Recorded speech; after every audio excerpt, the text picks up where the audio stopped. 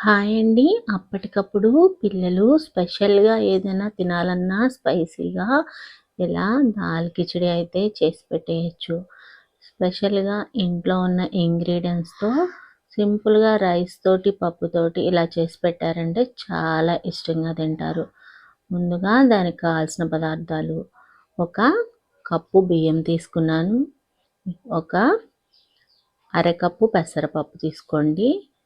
తర్వాత దీన్ని వాటర్ వేసుకొని ఒక 10 నిమిషాలు కడిగేసుకున్న తర్వాత ఒక 10 నిమిషాలు నానబెట్టి పక్కనుంచుకోవాలి. ఇలాగ కడుక్కొని పక్కనుంచుకుంటే పెసరపప్పు బదులు కందిపప్పు కూడా అది సగం ఇది సగం తీసుకోవచ్చు.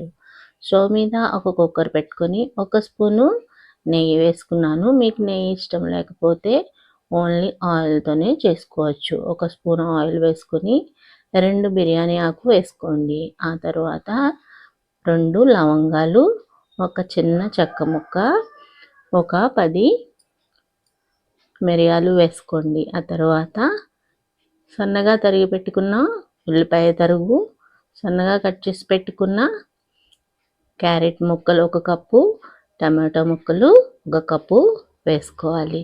ఆ తర్వాత స్వీట్ కార్న్ ఒక కప్పు వేసుకున్నాము. తర్వాత చిన్న కప్పు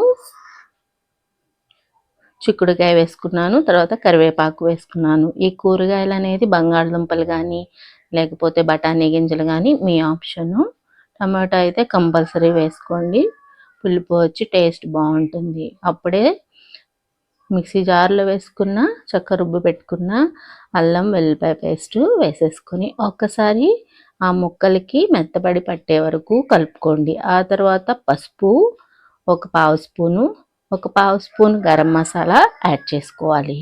తర్వాత ఇది సాంబార్ పొడి టేస్ట్ అయితే బాగుంటుంది. లేదంటే రసం పొడైనా యాడ్ చేసుకోవచ్చు. ఇప్పుడు రుచికి సరిపడినంత ఉప్పు యాడ్ చేసుకొని రుచికి సరిపడినంత కారం కూడా యాడ్ చేసుకుని ఒకసారి చక్కగా కలిపేసుకోవాలి. ముందుగా నానబెట్టి పెట్టుకున్న పెసరపప్పు బియ్యము మిశ్రమాన్ని వేసుకొని ఇప్పుడు మనం ఏ కప్పుతో అయితే బియ్యం వేసుకున్నామో అదే కప్పుతో 2 కప్పులు చొప్పున ఈ పెద్ద కప్పుతో 2 కప్పులు వాటర్ అనేది యాడ్ చేసుకుంటే సరిపోతుంది. నాకు ఆ కప్పుకి సగం వచ్చింది కదా, పెద్దది కప్పు అది. నేను నానబెట్టుకున్నది గాజు కప్పు ఉంది కదా, దాంతో 2 కప్పులు వేసుకుంటే సరిపోతుంది. లేదంటే లోటాల లెక్కనైతే 2 మూత పెట్టుకున్న తర్వాత ఒక 5-6 విజిల్స్ రానివ్వాలి. 5-6 విజిల్స్ వస్తే మనకి కన్సిస్టెన్సీ అనేది చక్కగా దగ్గరికి అయిపోయి మనకి బాగా ఉడికిపోతుంది. ఇదిగోండి, ఈ విధంగా ఉడికిపోయిన తర్వాత మనం ఒకసారి దీన్ని కలుపుకుంటూ మ్యాష్ చేసుకుంటూ మెత్తగా చేసుకున్నారంటే ఒక్క 5 నిమిషాలు స్టవ్ మీద పెట్టుకుంటే దగ్గరికి అయిపోతుంది. ఇప్పుడు దీనికి సరిపడినంత తాలింపు అయితే రెడీ చేసుకున్నాము.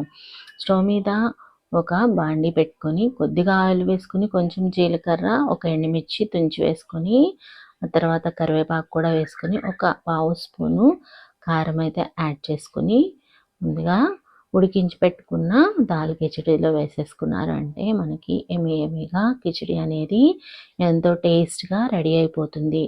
పిల్లలు కానీ పెద్దవాళ్ళు కానీ చాలా స్పైసీగా ఎంతో ఇష్టంగా తింటారు ఇలా చేసి పెట్టారంటే. లంచ్లోకి కానీ డిన్నర్లోకి కానీ చాలా బాగుంటుంది. ఇలా చేసి పెట్టి పిల్లల్ని ఇంప్రెస్ చేయండి. ఇలాంటి వీడియోల కోసం మన ఛానల్ని సబ్స్క్రైబ్ చేయండి. ఇప్పటివరకు లైక్ చేయకపోతే లైక్ చేసి సబ్స్క్రైబ్ చేయండి. Thank you for watching.